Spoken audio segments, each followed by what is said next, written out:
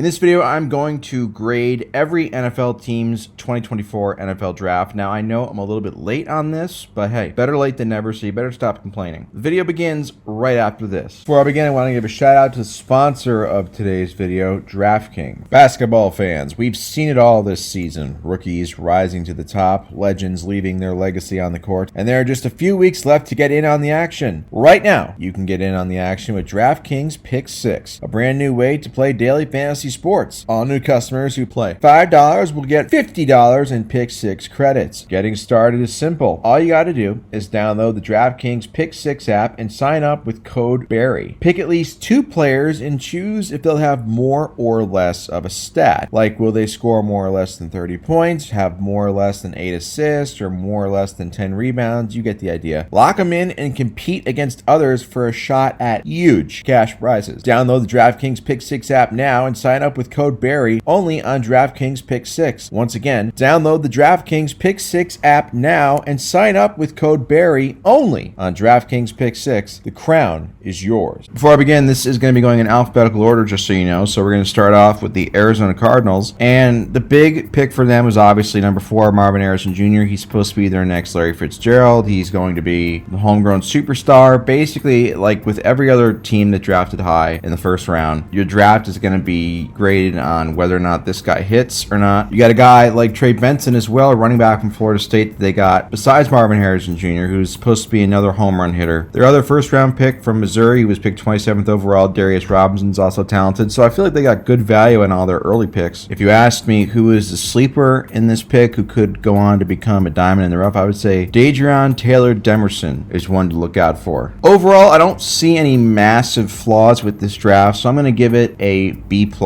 We move on to the Atlanta Falcons, who made probably the biggest splash in the draft when they traded up to select Michael Penix Jr. at 8th overall. This is despite just giving Kirk Cousins a massive contract. And people might say, well, they're drafting Penix to be sit and learn type of guy. Well, Penix is already 24 years old. You're not talking about a situation where it's like Mahomes or Aaron Rodgers, where you're going to sit a couple years behind a guy who's on the way out. Kirk Cousins wants to play 3 or 4 more years at least. So again, it doesn't really make any sense unless they had some serious concerns about Kirk Cousins' injury history because he had an Achilles tear. I don't know. It doesn't make sense on the surface, especially considering that their biggest need was cornerback, and they really didn't do anything to address it. They selected no cornerbacks in this draft. On top, for me, forget about the MPJ selection. It's really, I don't understand what they were doing. It seemed as though they, and I'm not a draft expert by any means, but it's kind of like, you have needs on your team. That's what the draft is for. So now they have to go into the undrafted free agent pool and take some guys out of there and just kind of patch up some shit. I don't know. It seems like this was a really, really bad draft for the Falcons. So I'm going to give them a grade of a D-. Moving on to the Baltimore Ravens, their first round pick was Nate Wiggins, who I remember I had him going a little bit higher in my mock draft for the first round. He has some questions, but still has potential. There's that word again, potential. It always gets thrown around at draft time. Massive potential there, even though he is a little bit thin and inconsistent. The Falcons probably should have drafted him. But anyway, according to the draft experts, Rosengarten and Isaac were very good value picks. I think the one to watch out for, the diamond in the rough here, is Devontae Walker, who they selected in the 4th round. Just one to keep an eye on. All the rest of these guys are just kind of whatever. No real big splashes here. I mean, let's just be honest. Let's be honest. If you're watching this video, when it comes to after really the 3rd round or so, a bunch of it's just a crapshoot. So I'm not going to sit up here and pretend like I've studied thousands of guys. So I'm just going to depend on what the experts are saying for those guys. But for the first couple rounds, that's where a lot of these draft grades come in. So I just want to make that perfectly clear. Anyway, I'll give the Ravens my standard draft grade of a B. Now we go to the Buffalo Bills. And before I get into any of the individual picks, I just got to say, why the fuck are you, as the Buffalo Bills, trading with the Kansas City Chiefs at all? Why? I don't understand. Especially when you're talking first round picks. So Buffalo, they traded out of the first round and they ended up selecting a wide receiver, Keon Coleman, 33rd overall, which is good because they have a need for that position now since they traded away Stephon Diggs. But they dealt with the Chiefs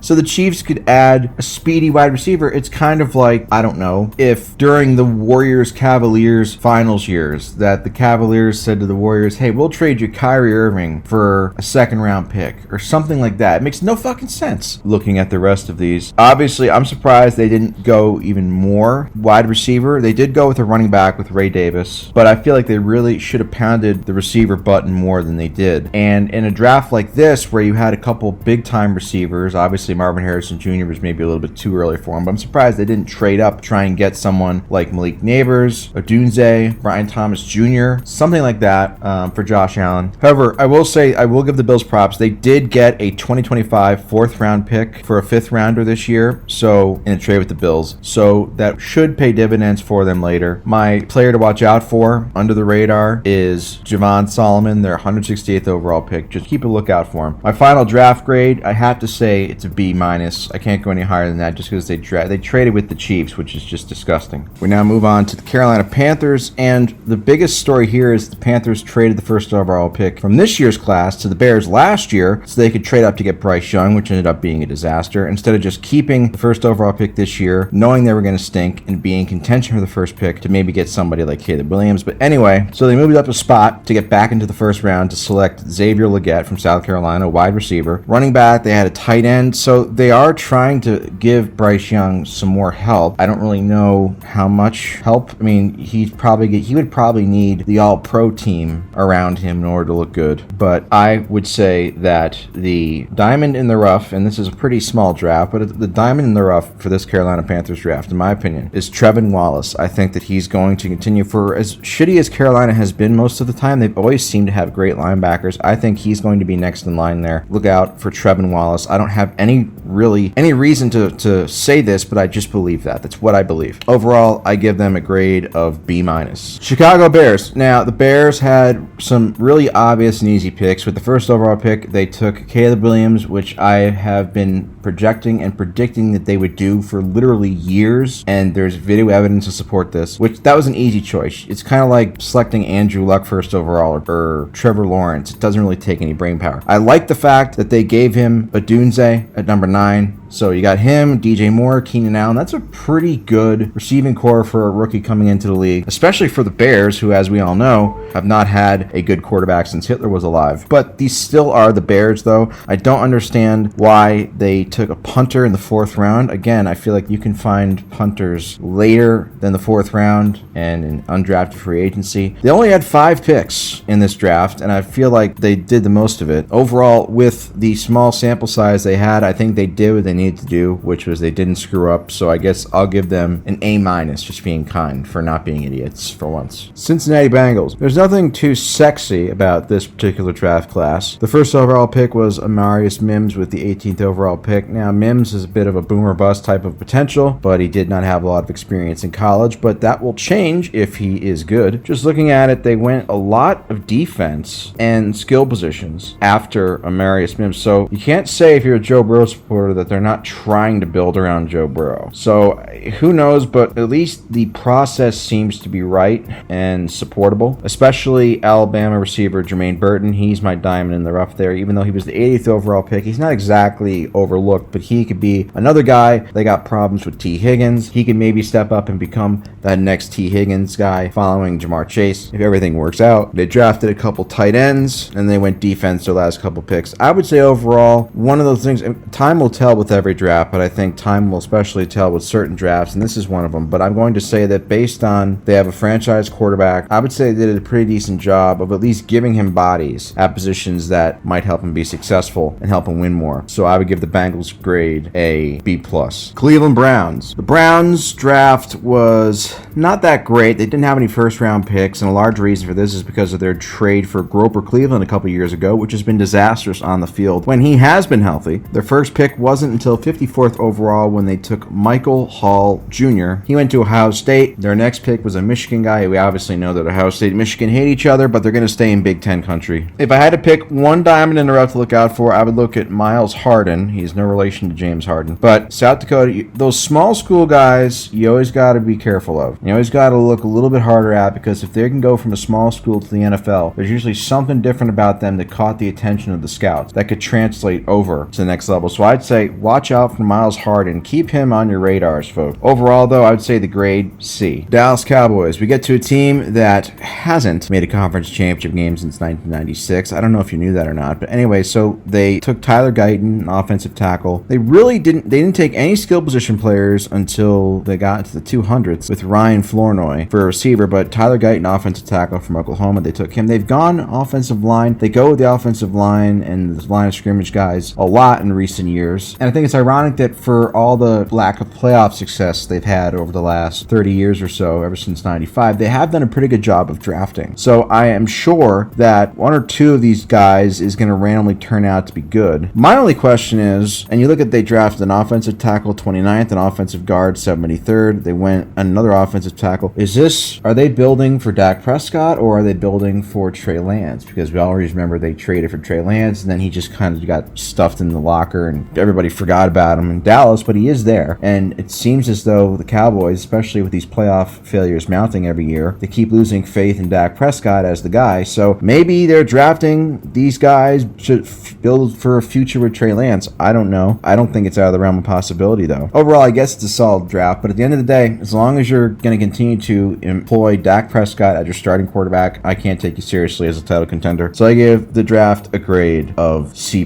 Denver Broncos. The biggest move, obviously, for the Broncos in this draft was Bo Nix, who played about 20 years in college, literally has the most career starts of any college quarterback ever. I remember watching him play against Justin Herbert in college, so now they're back to being division rivals. I personally never saw anything special about Bo Nix, so I don't know why he was picked this high. I guess who fucking knows. Anyway, so they gave him a receiver, they drafted a running back, another receiver. We talked about this a lot. I say this all the time, but Denver basically hasn't existed since Super Bowl 50. It seems like no matter what they do, no matter who they draft, no matter what quarterback they sign, no matter what coach they have, they're just so irrelevant and they just don't matter. So it's hard for me to look at anything here. The only way they're going to matter again is if they hit on Bo Nix and Bo Nix ends up being a surprise superstar. Honestly, this reminds me a lot more of Paxton Lynch, who's one of the most forgotten about draft busts ever. Overall, I'd say I'd give the draft a C-. Detroit Lions. The Lions' first two picks, including their first rounder, Terry and Arnold, were both defensive backs, so this was a team that knew what it wanted, despite the fact that they only had 6 selections in the entire draft. They drafted a Canadian offensive tackle, which honestly I have some questions about. They drafted another running back just for some running back depth, a defensive tackle, and an offensive guard, but they already have a loaded offensive line. I was surprised they didn't try to go for another receiver or a tight end to maybe give Jared Goff another developmental weapon. But overall, I would think that they did pretty well given the lack of selections they had, so I'll say they have a grade of A. We move to their division rival Green Bay Packers, who had a shitload of picks, 11 to be exact. Their first round pick was Arizona offensive tackle Jordan Morgan, who's a developmental prospect. They have him. David Bakhtiari is finally gone, so they're looking to replace him. Packers had needs on defense, including at the linebacker and cornerback position, so their next two picks being that, both in the top 60, I thought were very well done. I don't know why they went running back and another linebacker with their next two picks, but hey,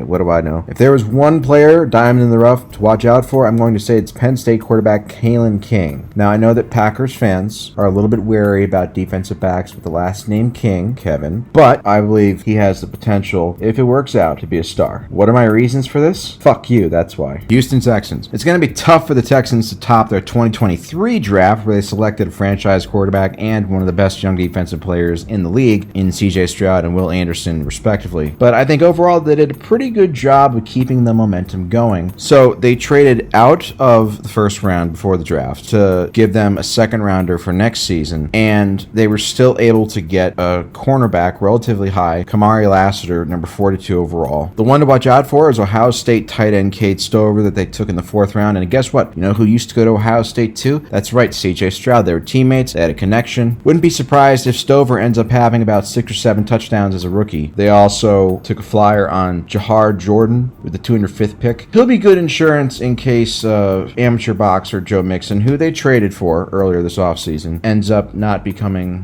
what they expected. Overall, I give the draft grade of a B+.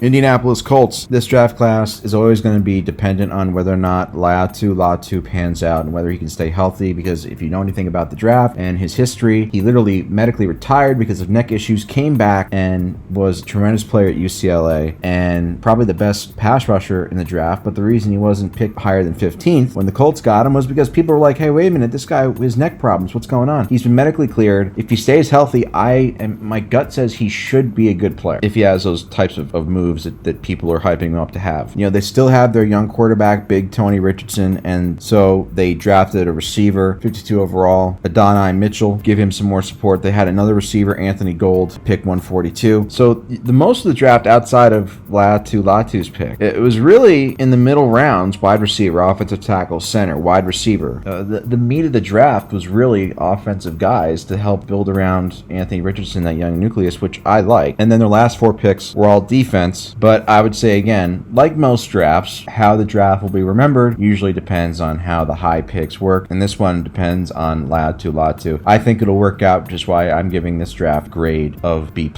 Jacksonville Jaguars. Basically, so the team loses Calvin Ridley, and with their first round pick, they made up for it by selecting Brian Thomas Jr., who wasn't the best player on his own team in college last year, but he was still pretty good. Malik Neighbors was the best, but still not bad quality. Mason Smith, Jarian Jones, defensive tackle, defensive back, respectively. Those are 2 positions of need that the Jaguars had, and they got them in the second and third rounds, which is where they should have been. So I thought that was pretty good. You got some big guys in there. There's a kicker in there, too. They drafted Cam Little. Wow. This is a team that is waiting on Trevor Lawrence to expand and explode into the generational superstar he's supposed to be. They're also still waiting for Trevon Walker to become the superstar after he was picked first overall a couple years ago. It just feels like a lot of these picks are kind of peripheral pieces that can help those guys. But the big picks that the Jaguars made, Lawrence and Walker, need to elevate their games in order for a lot of these draft picks to matter. Trading down and trading up in the draft, whatever the fuck it is, that doesn't mean anything if your best players, if your high draft picks don't become anything. Overall, though, I think with their top picks, they did address the right places, so I give this a grade of B+.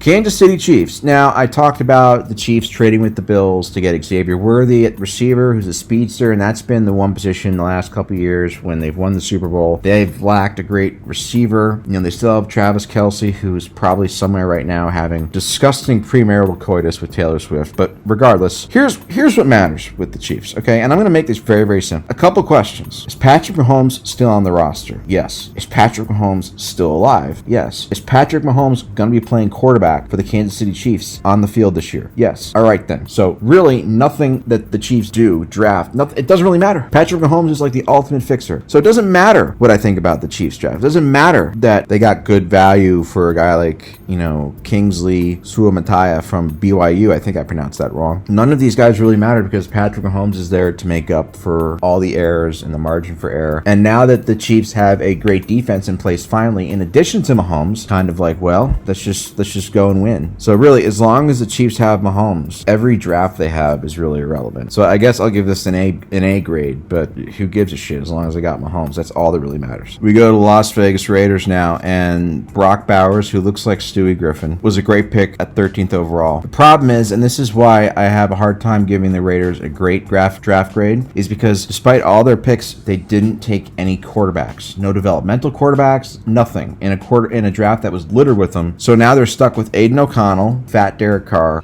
and Gardner Minshew, who is a career backup spot start. So it seems like you get all this talent, you get the offensive guards, offensive tackles, and it's kind of like, well, it doesn't matter if you don't have the key position, which is the quarterback, the exact opposite of the Chiefs, their division rival. So I would say for the most part, it was a pretty decent draft for the Raiders. I think a guy like Tommy Eckenberg, pick number 148, is going to be a sleeper to watch out for. But the big question is you didn't address the most important position, which is the quarterback position. So because of that, I'm going to have to give the Raiders a grade of C- on this draft. LA Chargers. Now, here's the thing. They selected Joe Alt, 5th overall offensive tackle from Notre Dame. He was the highest rated offensive lineman in the draft. But you just can't help but feel like Chargers fans for the next decade or so are going to continue to look at Malik Neighbors and see how he does. Because, again, when you have a quarterback like Justin Herbert, you had an opportunity to give him a nice weapon, and you went with the offensive line instead. That's just something to watch out for. They did give him another Lad McConkey. What a hardworking receiver he is. Reminds me of Wes Welker. To nobody's surprise, there were a couple Michigan players selected. Junior Colson and Cornelius Johnson in the 7th round. Obviously, both played for Jim Harbaugh at Michigan. That's why they were taken. If you want to look, again, for a diamond in the rough in this draft, I would say look at Kamani Vidal from Troy. He can kind of take over that role from Austin Eckler, who vultures touchdowns and stuff like that, out of the back, pass catching role.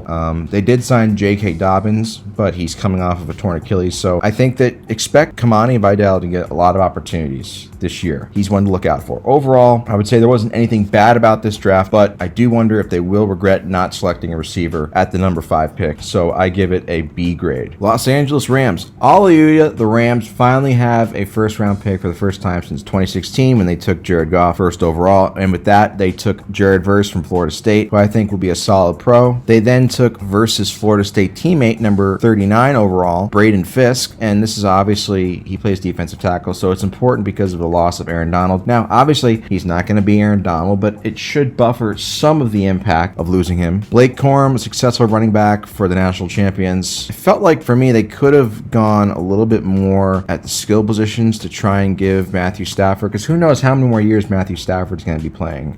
They could have gone more at the skill position. I mean, they took a kicker, which the only real skill position guy I see is Blake Corum at 83, a running back, and Jordan Whittington, a wide receiver, 213. I feel like that's a bit of a miss that they didn't go more at skill positions. They did load up in the later rounds on offensive linemen, but overall, I think this draft leaves a little bit to be desired. I say I give it a B-. Miami Dolphins. They're really betting on potential with Chop Robinson at the 21st overall pick. Jalen Phillips coming off an Achilles injury. Bradley Chubb coming off a torn ACL. Chop Robinson, freak athlete, didn't have great production at Penn State, but at this point, that's all I can hope for with good coaching. Teron Armstead has historically never been able to stay on the field, so I do like the selection of Patrick Paul at 55 overall. Jalen Wright's another running back that could be good down the line, but running backs are everywhere. There's good running backs everywhere. They also added 2 slot receivers with the last name Washington, unrelated, later on in the draft, but I just still feel like despite all of this, and I think they did pretty well for the most part, is the bigger question is Tua the guy? Is Tua the guy to really take this team to the next level? Because you got Tyreek, you got Jalen Waddle. You know, you're hoping that Jalen Wright and the Washington guys pan out to make it easier, but at a certain point, it's like, how much more help does Tua need? So I would say that overall, the Dolphins had a solid, not terrible, not great, but a solid draft. I'm giving it a B grade. Minnesota Vikings. Oh, the J.J. McCarthy trade. That's what this is always going to be remembered for, this draft, whether or not J.J. McCarthy will pan out. He's the winningest winner to ever come out of Michigan. He's just a winner, blah, blah, blah. I fucking hate that shit when I hear that. And that's basically all you hear. A lot of low volume. Didn't really have to carry the team on his back. They said he was good on high leverage downs, but I mean, really, I was never impressed by watching him. So in the end, I think he's going to be another disappointment, but he wasn't their only first round pick. They got Dallas Turner from Alabama at linebacker. So a lot has been invested in these guys. I do not have faith in McCarthy, but I do believe that Turner can become something special.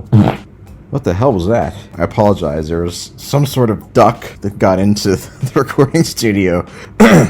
Anyway, I don't really give a shit about the rest of the draft, although it was noteworthy that they drafted a kicker, the all-time leading scorer in the FBS, so I guess that's cool. I give this a grade of C-. I don't think J.J. McCarthy is going to pan out. New England Patriots, the first post-Belichick era draft, and they started off with a quarterback, Drake May, who looks like he has absolutely zero aura at all, so I think he's going to be a bust. I'm not joking. At least, though, they decided, hey, if we are going to draft a bust, it's not going to be because we didn't give him enough support. So they drafted a receiver, offensive tackle, offensive guard, another receiver. And just as insurance, they drafted Tennessee quarterback Joe Milton later on. I mean, the Patriots have never successfully drafted a quarterback in later rounds, as far as I know. Joe Milton's known for his massively strong arm. This maybe could be a potential RG3 Kirk Cousins situation, like it was in 2012, where this big star was RG3, but they drafted Kirk Cousins anyway, and Kirk Cousins ended up having the much more successful career. here. Basically, for this draft to really make an impact, obviously Drake May needs to be good, but there are two receivers. I mean, this team desperately needs receivers. It's been that way really since 2018. And if Jalen Polk and Javon Baker flame out, then the Patriots' struggles offensively are going to continue, and nothing's really going to change. And Drake May is not going to last very long. So overall, I think they made the right choices, but now it depends on whether or not they can actually play. So I give it a grade of a B+.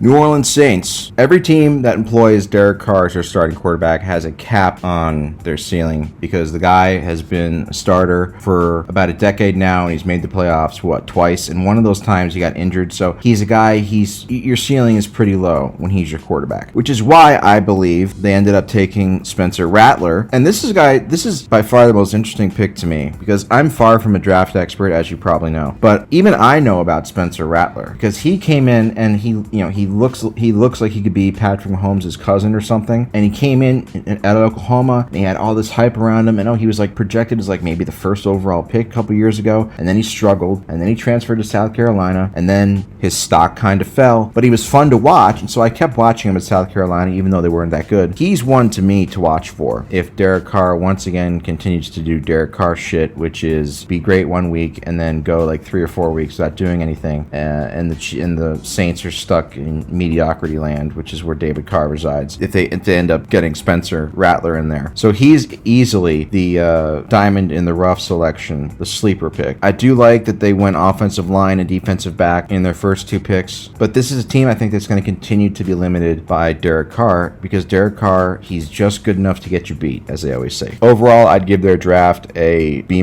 grade. New York Giants, they selected one of the most gifted receivers to come out of the draft in years in Malik Neighbors. Really, any other year, he would have been the first receiver selected if not for Marvin Harrison Jr. And it doesn't make a single fucking difference because Daniel Jones is still his quarterback, and that's why as an Eagles fan, I have absolutely zero fear of Malik Neighbors. And guess what? If Daniel Jones gets hurt again, Drew Lock's the quarterback. So guess what? Malik Neighbors is probably, through no fault of his own, he's probably not going to put up great numbers, or maybe he will, but he's not going to be experiencing any more winning like he did at LSU anytime soon. If I had to say there was one player, though, that the Giants drafted that I would keep an eye on for the future is Theo Johnson, 107 overall. Penn State, his freakish athleticism is something that, as an Eagles fan, I'm a little concerned a bit, especially with our weaknesses defensively. I think he's one to watch out for, Theo Johnson. But overall, it's the Giants. As long as they have no quarterbacks, really nothing they do in the draft matters. Them not drafting a quarterback, despite desperately needing one, I'm going to give them a C- grade for this draft. Let's look at the New York Jets. They made sure to go with Olu Fashanu, number 11 overall offensive tackle, to help protect Alex Jones at quarterback, despite the fact that they already signed Tyron Smith and Morgan Moses this offseason. They got another receiver, Braylon Johnson. I really like the selection of Jordan Travis because now they gotten rid of Zach Wilson. They shipped him off to Denver. Jordan Travis, I think he's a guy, he's going to have a long career in the NFL. Not maybe as a starter, but as a backup, solid spot starter. Obviously, the Jets defense is elite, so they didn't invest a lot of capital there. But at the end of the day, the Jets are relying on a soon-to-be 41-year-old quarterback who hasn't had a good season since 2001 to lead them. And obviously, he's a big name, Aaron Rodgers. We all know Hall of Fame or whatever.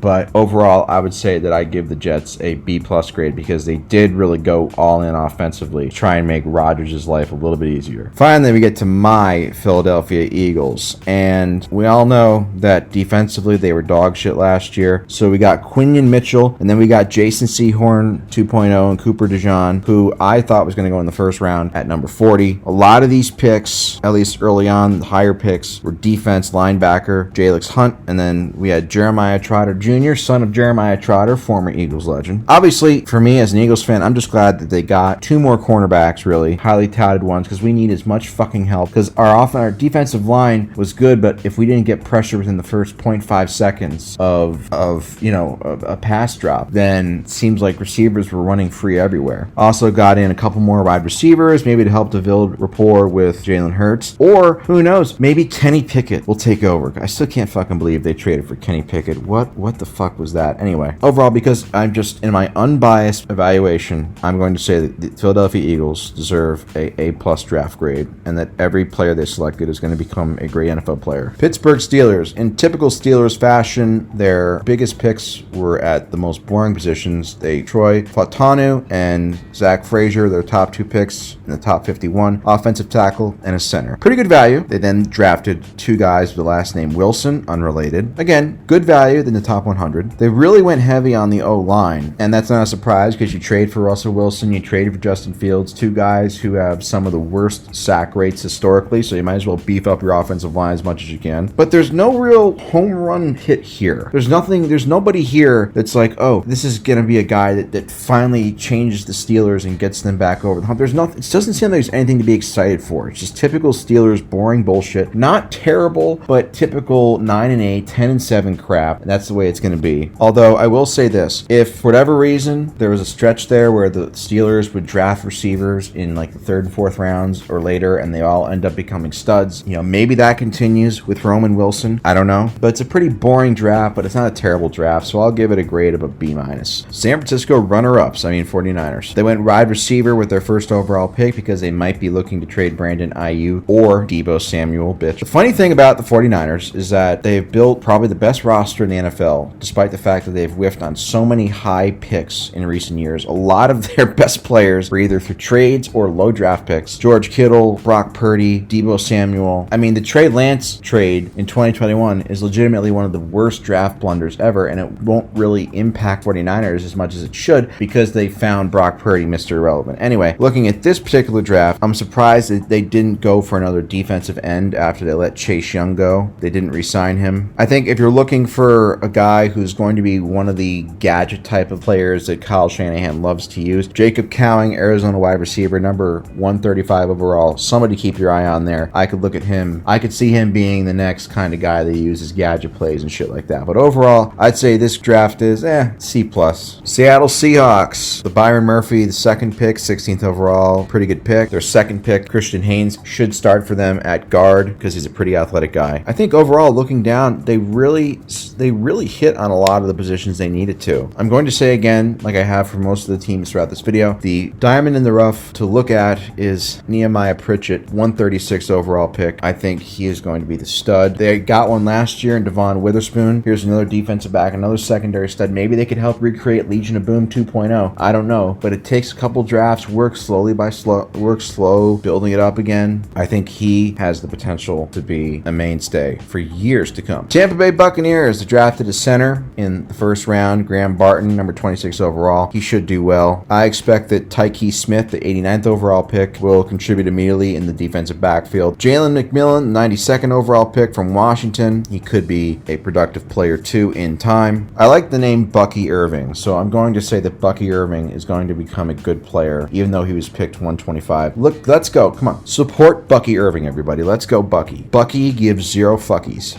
Overall, I give the class a grade of B. Tennessee Titans. In my mock draft, I said they were going to take Joe Alt because the Titans are always going to draft the most boring fucking players imaginable. I was wrong on the player, but I got the position right because they went with J.C. Latham, 7th overall. And then they drafted Trevonde Sweat, 38th overall. Now, Sweat just came off of a DUI, and Tennessee obviously hopes that he can become dominant at the next level. Now, I do think, again, if you get a DUI, to me, that shows that you're willing to take chances, or at least that's how fucked up brains of scouts work sometimes. After that, I'm looking at, you got some defensive backs, receivers, and they had 2 linebackers towards the end in their last couple picks. My real sleeper here is Jalen Harrell, 252. I think you're going to hear his name a lot. Maybe not this year, but somewhere down the line. Keep an eye out for him. Overall, their draft grade, I give them a C+. Finally, we end with the Washington not Dan Snyders anymore. The pick that makes or breaks how this draft will be remembered is obviously Jaden Daniels going number 2 overall. They also drafted a super duper hardworking daughter dater receiver in Luke McCaffrey, number 100 overall. All the experts are in love with basically every pick this team has made, and as a division rival, I'm just going to say that it doesn't matter if Jaden Daniels doesn't pan out. Is Jaden Daniels, is he going to be another RG3, something like that? Like, who knows? But really, for as long as I've been watching football, Washington's never really been relevant, and until I see Daniels become